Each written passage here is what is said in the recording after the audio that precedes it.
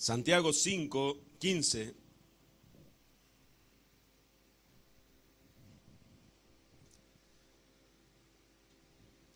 Santiago 5:15, me dice amén cuando lo haya encontrado. El tema de hoy es un tema que el miércoles estuvimos viendo, una parte, vamos a ver la otra parte.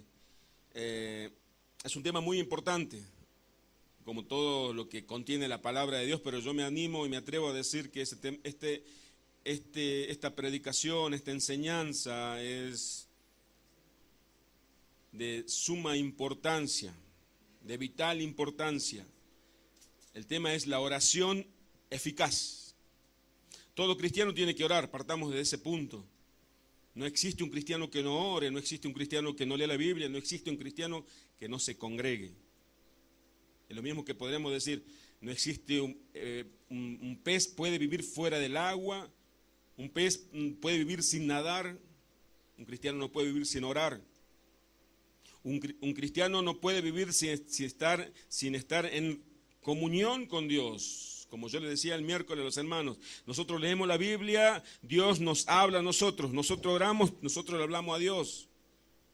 Ahí se cierra el vínculo, la comunión con Dios. Dios me habla y yo le hablo. Yo le presento a Dios mis peticiones, le presento a Dios mi adoración, le presento a Dios mi agradecimiento por medio de la oración. Es necesaria la oración. En la oración Dios nos fortalece. La oración eficaz, vamos a ver ahora, Santiago 5:15 al 18 vamos a leer. Dice, y la oración de fe salvará al enfermo y el Señor lo levantará, y si hubiere cometido pecados, le serán perdonados. Versículo 16, confesaos vuestras ofensas unos a otros y orad unos por otros, para que seáis sanados. La oración eficaz del justo puede mucho. Elías era hombre sujeto a pasiones semejantes a las nuestras y oró fervientemente, subrayo la palabra fervientemente, para que no lloviese, y no llovió sobre la tierra por 3 años y 6 meses. El 18, el último versículo que leemos, dice, y otra vez oró, y el cielo dio lluvia, y la tierra produjo fruto. Dios bendijo su palabra, la palabra de Dios es poderosa. Dice acá en esta porción que acabamos de leer, resumiendo, hay muchos temas que podemos tocar, pero yo quiero ir a cuando dice la oración eficaz del justo puede mucho. En el versículo 16 al final, la oración eficaz del justo puede mucho. Y después dice en el 17 y 18, cuenta lo que sucedió con Elías. Dice que era un hombre, el profeta de Dios, era un hombre igual que nosotros, ser humano como nosotros, no tenía nada especial, con pasiones similares a las nuestras. Pero Elías oró fervientemente, una oración ferviente, una oración eficaz, una oración ferviente. La palabra de Dios nos está dando cierta luz al respecto, cómo tiene que ser nuestras oraciones. Una oración eficaz, una oración ferviente. Oró, dice que para que no lloviese, y no llovió durante 3 años y 6 meses. Y hubo una gran hambre, crisis en Israel en ese tiempo. La Biblia relata en el libro de Reyes, en el libro de las Crónicas, relata y dice que hubo un gran hambre porque no llovía, la tierra no producía fruto. Después de 3 años y 6 meses, Elías volvió a orar. Y Dios volvió a producir lluvia al cielo nuevamente. Dios abrió los cielos y llovió nuevamente sobre la tierra, y la tierra produjo frutos. Y dice Santiago, usa este testimonio de Elías para que nosotros digamos, si Elías, que era igual que nosotros, es más, podemos tomar las palabras de Jesús y decir que nosotros somos mayores a Elías porque tenemos el Espíritu de Dios y somos hijos de Dios. Con lo cual Elías no podía decir lo mismo. Elías hizo una oración ferviente y se cerraron los cielos. Pasaron 3 años y 6 meses, volvió a orar Elías y se abrieron los cielos nuevamente. A veces vivimos bajo cielos cerrados por falta de oración. Yo sé que me puede decir alguien, pero pastor, Dios es soberano. Dios es soberano. Yo le digo amén, Dios es soberano, pero la palabra de Dios dice que el mismo Santiago dice, si no recibimos es porque no pedimos. Si no recibimos es porque pedimos y pedimos mal también. O sea, hay una ley en la palabra de Dios que nos enseña, un principio en la palabra de Dios que nos enseña que si nosotros no pedimos no vamos a recibir. Dios es soberano, pero Dios estableció por medio de su palabra y nos enseña por medio de su palabra que vamos a recibir las bendiciones, las lluvias, si le hablamos, le clamamos a Él, o sea, si oramos a Él y le pedimos. Vamos a ver cuál es la oración eficaz. Entonces nace una pregunta. ¿Cuál es la oración eficaz? Vamos a ver lo que dice la palabra de Dios. Vayamos al Antiguo Testamento, al primer libro de Samuel. Vamos a ver la oración de Ana. Vamos a verla, no toda, vamos a ver algunos puntos solamente. Primer libro de Samuel, capítulo 1, vamos a leer del versículo 2 en adelante. En ese tiempo se podía, hoy no. Elcana, el papá de Samuel, amaba a Ana. Una de las esposas de Elcana se llamaba Ana y la otra Penina. Vamos a leer la historia entonces, a ver qué dice. Versículo 2, y tenía dos mujeres, Elcana, ¿no? El padre de Samuel. El nombre de una era Ana y de la otra Penina. Y Penina tenía hijos, mas Ana no los tenía. Y todos los años aquel varón subía de su ciudad para adorar y para ofrecer sacrificio a Jehová de los ejércitos en Silo. Silo era el lugar donde estaban,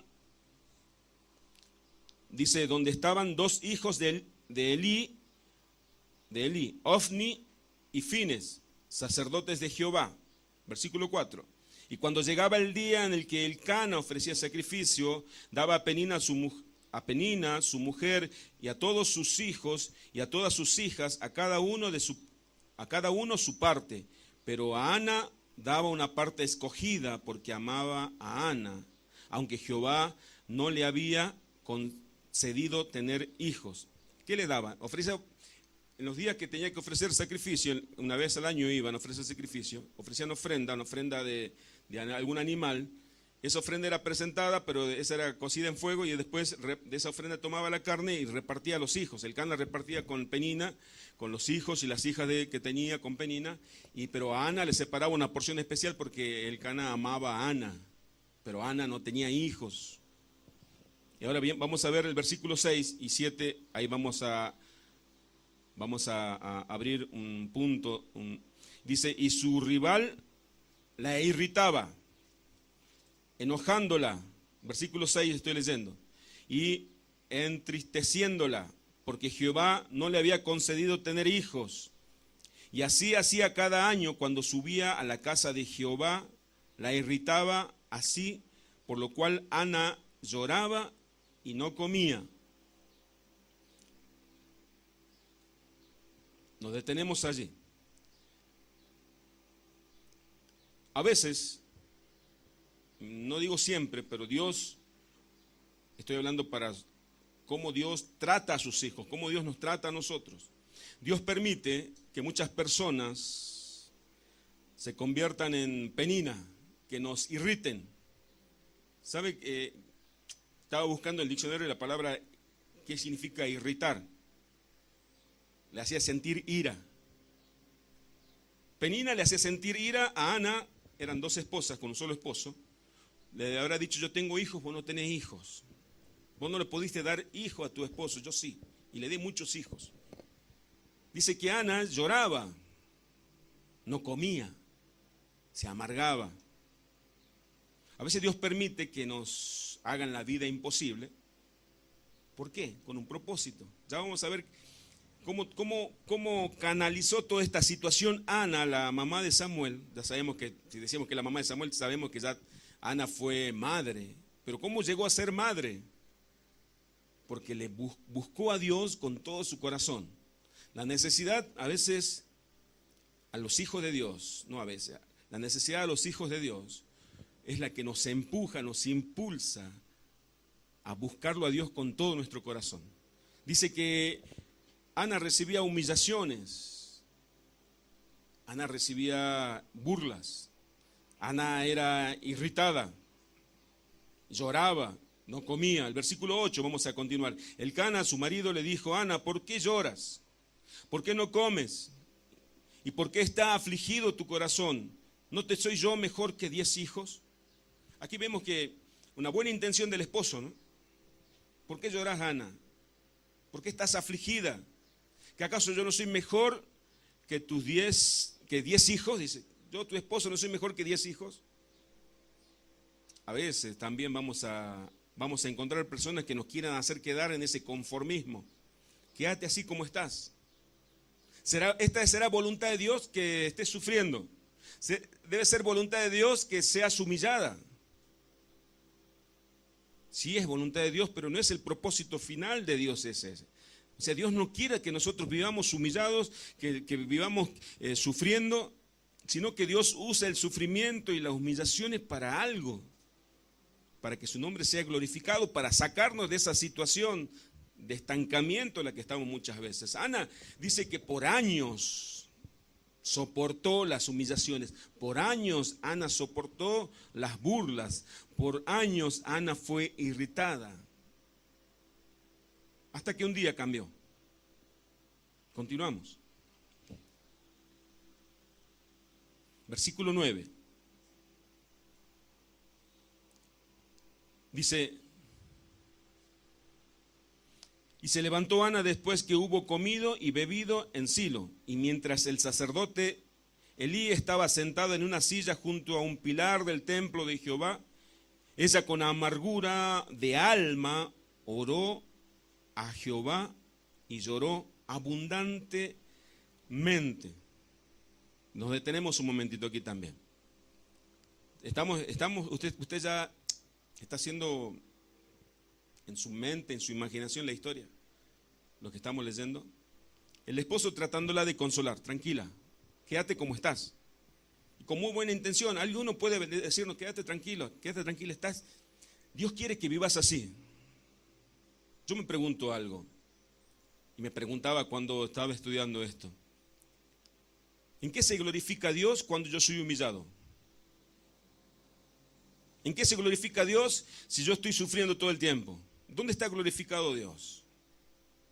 Dios se glorifica cuando Él nos saca de esa humillación y nos pone en otra situación. Dios se glorifica cuando nos saca del sufrimiento y nos pone en alegría, como dice su palabra, que es Dios saca esa ropa de cilicio, de luto, y nos pone a nosotros un manto de alegría. Dios es el que convierte nuestro lamento en baile, dice el Salmo. Ahí se glorifica a Dios. No será voluntad de Dios. Nosotros, como reformados y conociendo al Dios soberano, usamos todo es voluntad de Dios. Hermano, estoy mal, estoy padeciendo muchas humillaciones, todo el mundo. Es voluntad de Dios. La pregunta que tenemos que hacer: ¿estás orando? Sí, estoy orando. ¿Tu oración está siendo eficaz? Ahí está el punto entonces.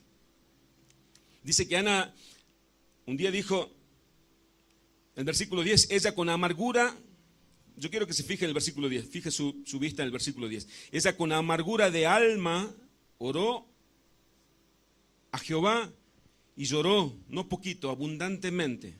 Entonces estamos viendo que la oración eficaz es cuando nosotros presentamos nuestra necesidad a Dios, pero de forma completa. Todos sabemos, algunos sabemos, los que están acá saben, que cuando uno ora a Dios y esa oración delante del Señor nos quebrantamos y lloramos, no un poquito, sino abundantemente, sabemos que algo sucede. Entonces vemos que la amargura, el dolor, no es para quedarse a vivir en esa amargura y dolor, sino es lo que Dios permite, te estoy repitiendo. ¿Para qué? Para que sea ese dolor y esa amargura de alma la que nos empuje a los pies del Señor, a buscarlo el Señor de manera diferente. Versículo 11. E hizo voto diciendo: Jehová de los ejércitos, si te dignare a mirar la aflicción de tu sierva y te acordares de mí y no te olvidares de tu sierva, sino que dieres a tu sierva un hijo varón, yo le dedicaré a Jehová, lo dedicaré a Jehová todos los días de su vida y no pasará navaja sobre su cabeza.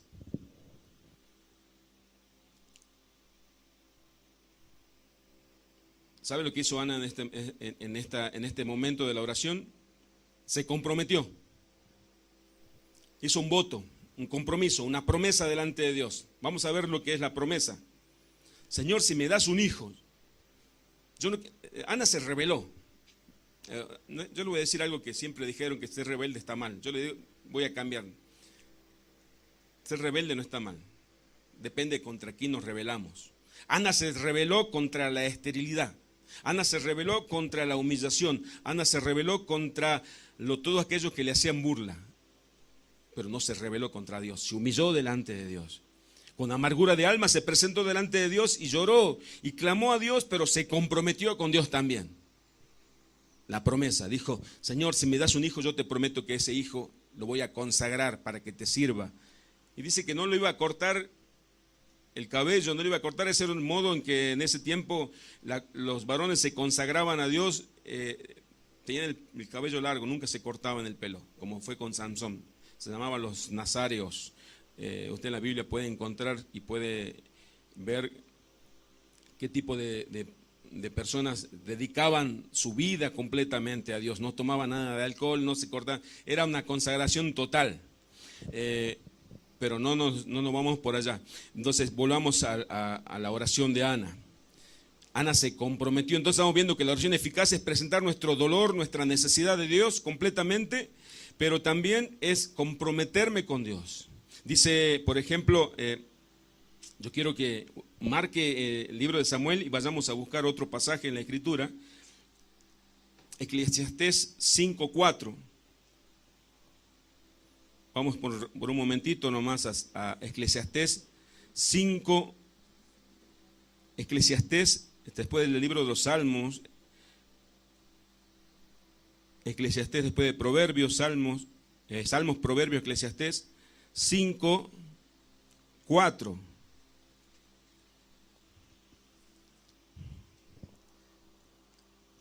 Dice, cuando a Dios haces promesa, no tardes en cumplirla, porque Él no se complace en los insensatos.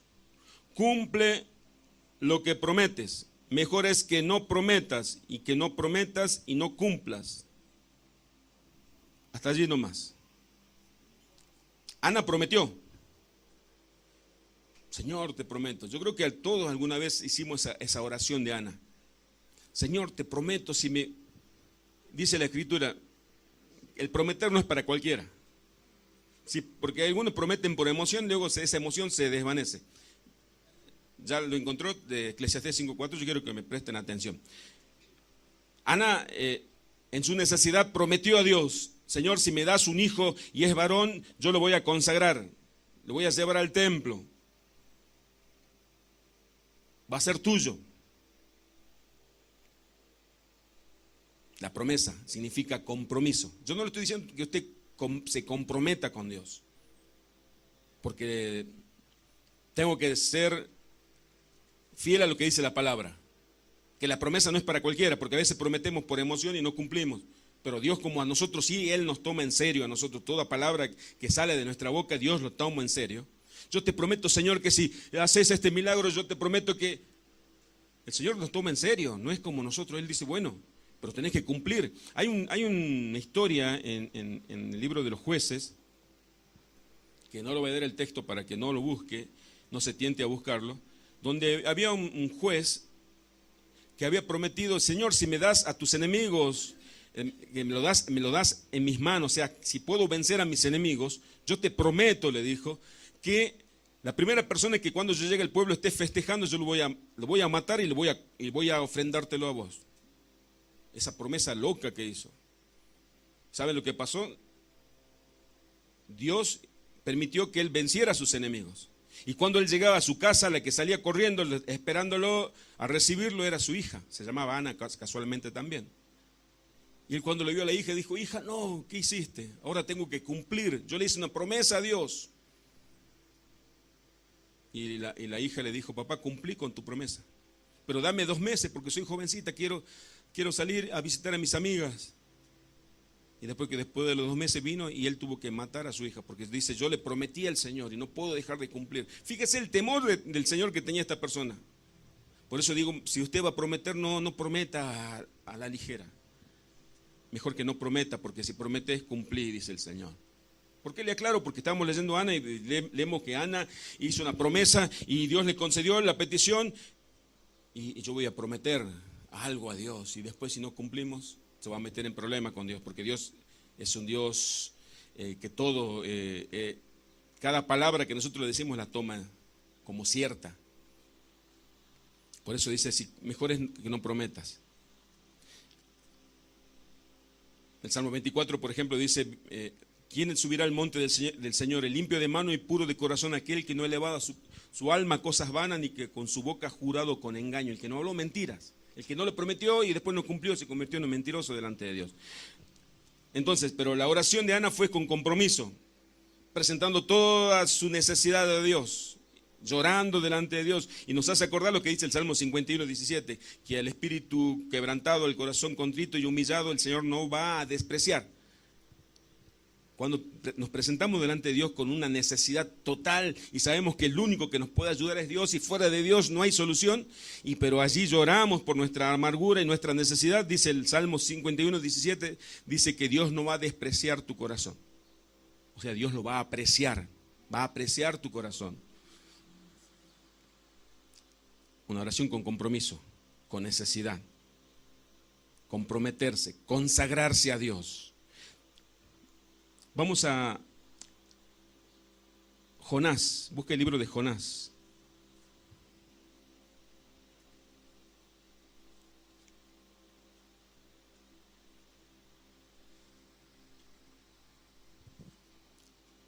Jonás, capítulo 2.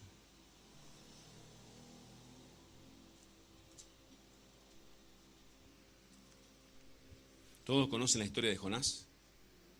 Jonás, el profeta que quiso desobedecerlo a Dios, lo lanzaron del barco donde se estaba escapando de la voluntad de Dios y vino un gran pez, se lo tragó a Jonás. ¿Cuánto tiempo estuvo Jonás en el vientre del gran pez? 3 días.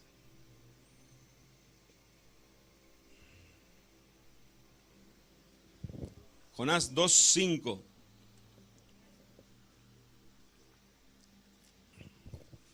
Dice así. Jonás 2:5, ¿lo encontró? Me dice amén, se lo encontró, ¿sí? Jonás 2:5.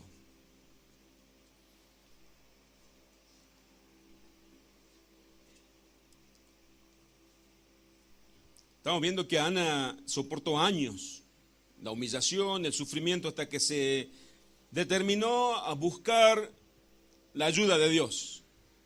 Ahora vamos a ver a Jonás en el capítulo 2, versículo 5, que es lo que dice.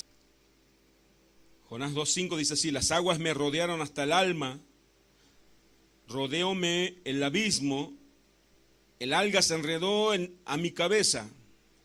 El 6 dice, descendí a los cimientos de los montes, la tierra echó sus cerrojos sobre mí para siempre.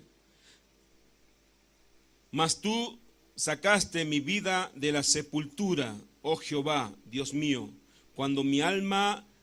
Versículo 7, 2:7 de Jonás, desfallecía en mí, me acordé de Jehová y mi oración llegó hasta ti en tu santo templo. Hermanos, este Jonás se parece mucho, no voy a decir a nosotros, sino a mí. Jonás esperó que ya su alma ya se sentía morir. Jonás esperó a que él estaba en el vientre, en el estómago de la ballena o el gran pez, dice la Biblia. Se sentía en el fondo del mar, en el fondo del abismo. Dice que las algas le enredaban la cabeza, lo que comía la ballena o el pez. 3 días soportó. Ya cuando se sentía morir, se acordó de Dios. Voy a orar a Dios a ver qué pasa.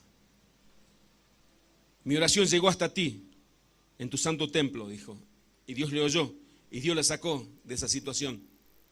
Dios ordenó que ese gran pez lo llevara a Jonás y lo vomitara en una playa, en Nínive, donde Dios quería que él vaya. Ana esperó años, soportó años. Jonás soportó días encerrado en ese vientre de pez. No debe ser nada agradable vivir ahí. ¿Cuánto más vamos a soportar nosotros? ¿Cuánto más vamos a soportar vivir en esa, no sé si alguien está viviendo alguna humillación, alguna necesidad, algún problema, en esa piedra en el zapato que tiene cada uno? Pero será voluntad de Dios que yo tenga esta piedra. Esa a veces no es piedra, es una roca en el zapato. Y será voluntad de Dios, será mi aguijón en la carne, para la gloria de Dios. Dice Jonás, voy a leer el versículo 7. Cuando mi alma desfallecía en mí, me acordé de Jehová, y mi oración llegó hasta ti en tu santo templo. Y Ana dijo, voy a orar a Dios, voy a clamarle a Dios. Si Dios tiene que usar la amargura, el dolor, la humillación para que lo busquemos con todo nuestro ser, Dios lo va a hacer. Dios nos quiebra en el dolor. Pero a veces somos tan obstinados en el mismo dolor y la misma amargura que tenemos que esperar que nuestra necesidad se convierta en una necesidad extrema. Ya cuando no demos más, como Jonás, ya me estoy muriendo y voy a clamar a Dios. ¿Y si le clamamos antes? ¿Y por qué Jonás no le clamó el primer día? ¿Por qué Ana, en vez de esperó tantos años, por qué Ana no lo buscó a Dios? Cuando recibió la primera humillación. No sé, esa pregunta no le tengo respuesta a esa pregunta. No le tengo una respuesta. ¿Por qué somos así nosotros? ¿Por qué nosotros esperamos tanto tiempo y ya queremos acostumbrarnos al dolor, queremos acostumbrarnos a la necesidad, queremos acostumbrarnos a la mediocridad espiritual? Volvamos a Samuel. 1 Samuel 1, volvamos con el texto que estábamos viendo. 1 Samuel 1. Le dije que marque Samuel, 1 Samuel 1. Vamos a leer el versículo 15.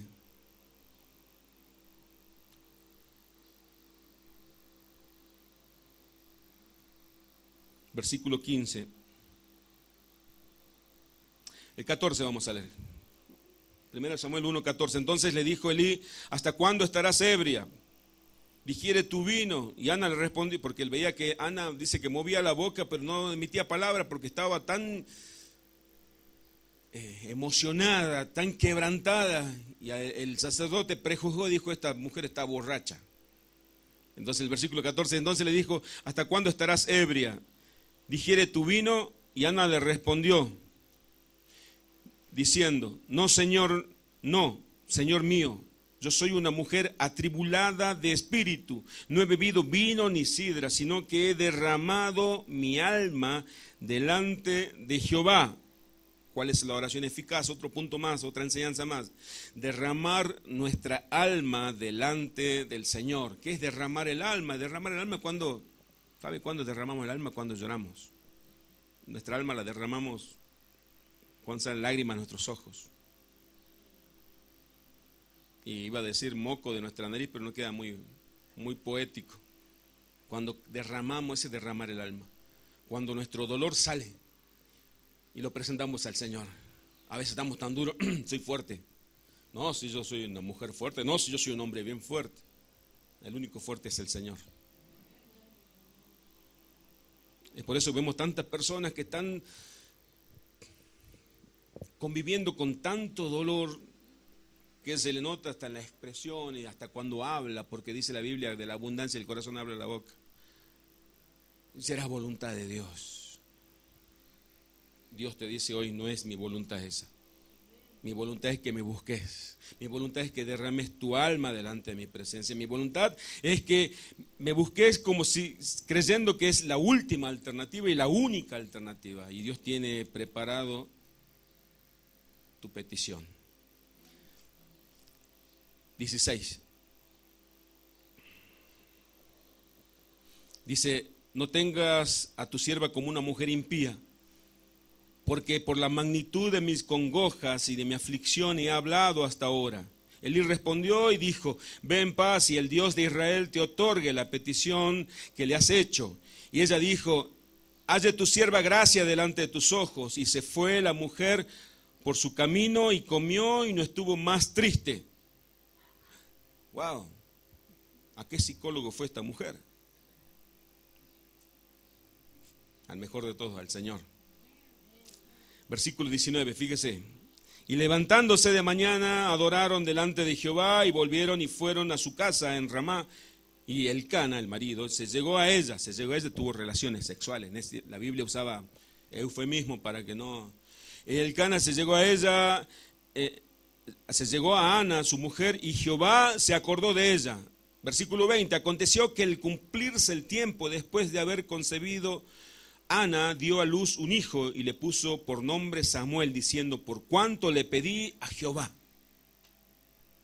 Me gusta cuando dice Dios se acordó de ella. Nuestro Dios no tiene mala memoria. Se acordó de ella, quiere decir, Dios recompensó esa adoración. Dios recompensó ese derramamiento del alma de Ana. Dios se acuerda de cada oración, pero esa oración eficaz, esa oración ferviente. Dios se acuerda de ninguna oración es en vano.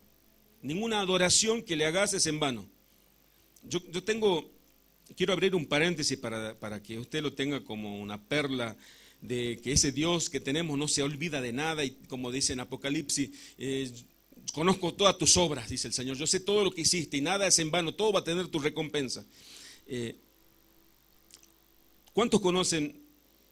Busque mejor, vamos a Génesis capítulo 28, yo creo que es necesario que leamos esta enseñanza, yo creo que usted se va a sorprender tanto como me sorprendí yo. Génesis 28, versículo 10 al 19 vamos a leer. Cuando Jacob escapaba de su hermano porque su hermano lo quería matar. Y Jacob, en esa huida, se le hizo de noche y tuvo sueño, entonces dice el versículo 10, Génesis 28, 10.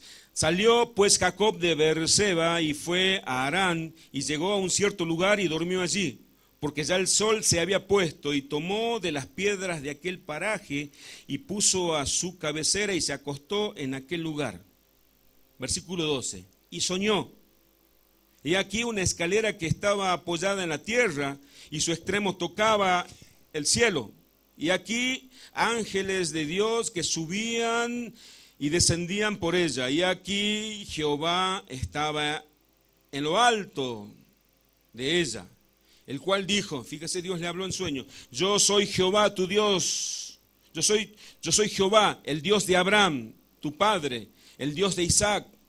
La tierra en que estás acostado te la daré a ti y a tu descendencia. Será tu descendencia como el polvo de la tierra y te extenderás al occidente, al oriente, al norte y al sur. Y todas las familias de la tierra serán benditas en ti y en tu simiente. Y aquí yo estoy contigo y te guardaré por donde quiera que fueres. Y volveré a traerte a esta tierra porque no te dejaré hasta que haya hecho lo que te he dicho. Dios cumple sus promesas. Versículo 16. Y despertó Jacob de su sueño y dijo, ciertamente Jehová está en este lugar, y yo no lo sabía. Versículo 17. Y tuvo miedo y dijo, cuán terrible es este lugar. No es otra cosa que casa de Dios y puerta del cielo. ¿Me está siguiendo con la lectura, no? Y se levantó Jacob de mañana y tomó la piedra que había puesto de cabecera y la alzó por señal y derramó aceite encima de ella. Y llamó el nombre de aquel lugar Betel, aunque Luz era el nombre de la ciudad primero. E hizo Jacob voto diciendo, si fuere Dios conmigo y me guardare en este viaje en que voy, y me diere pan para comer y vestido para vestir, y si volviere en paz a casa de mi padre, Jehová será mi Dios. Hasta allí nomás.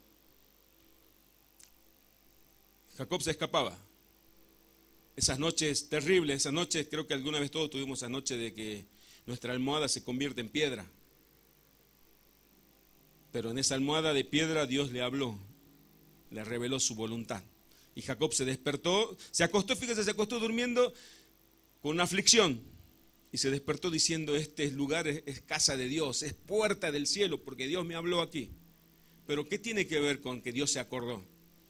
Vayamos ahora al mismo Génesis, pero al capítulo 12, versículo 8, un solo versículo vamos a leer. Génesis 12, 8. ¿Qué había pasado antes? El abuelo de Jacob, 12, 8.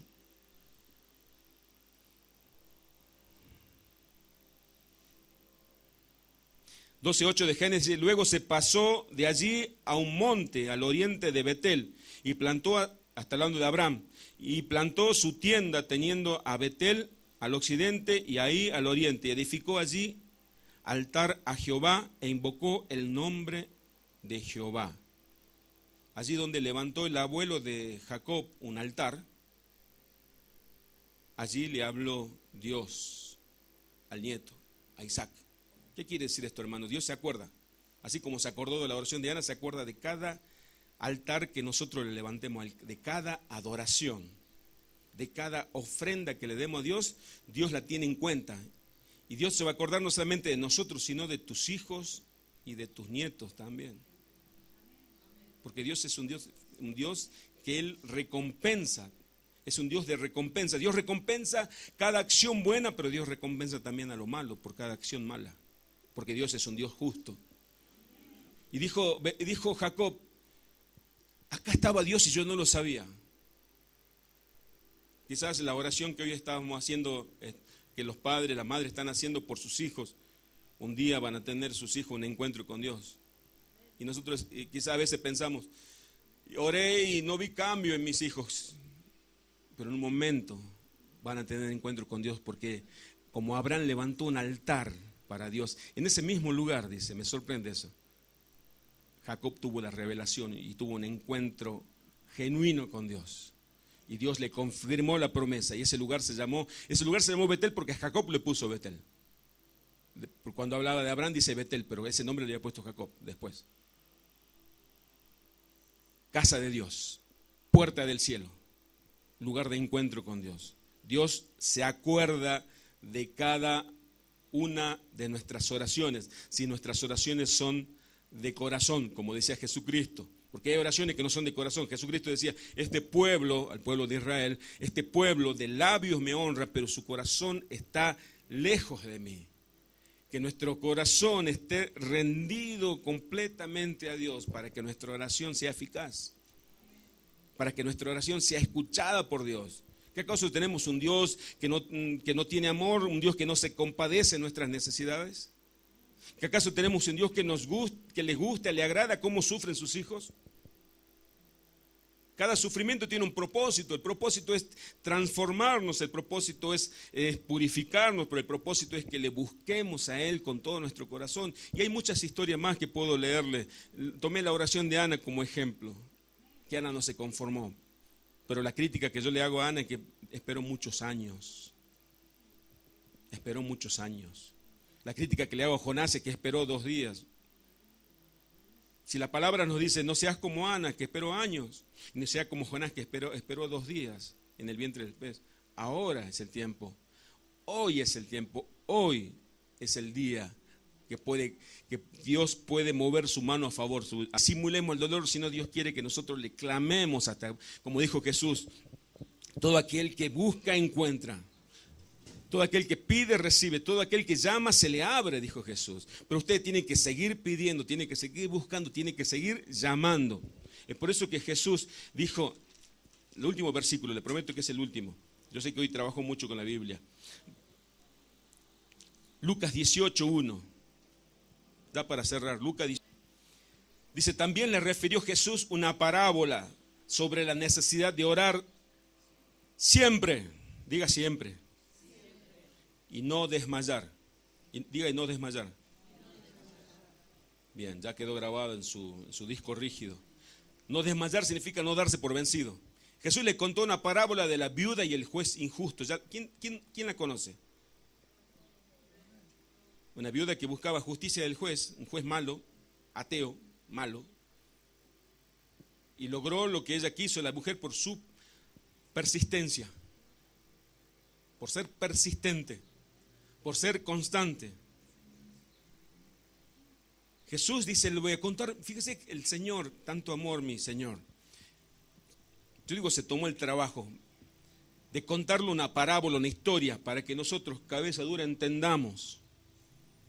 Dice, un juez malo que hizo justicia con una viuda, una mujer que no tenía influencia de ningún tipo, por la persistencia, por ser constante, por nunca desanimarse, por nunca darse por vencido, no como nosotros cristianos que en la primera batalla ya nos damos por vencidos, pues será voluntad de Dios que no insista.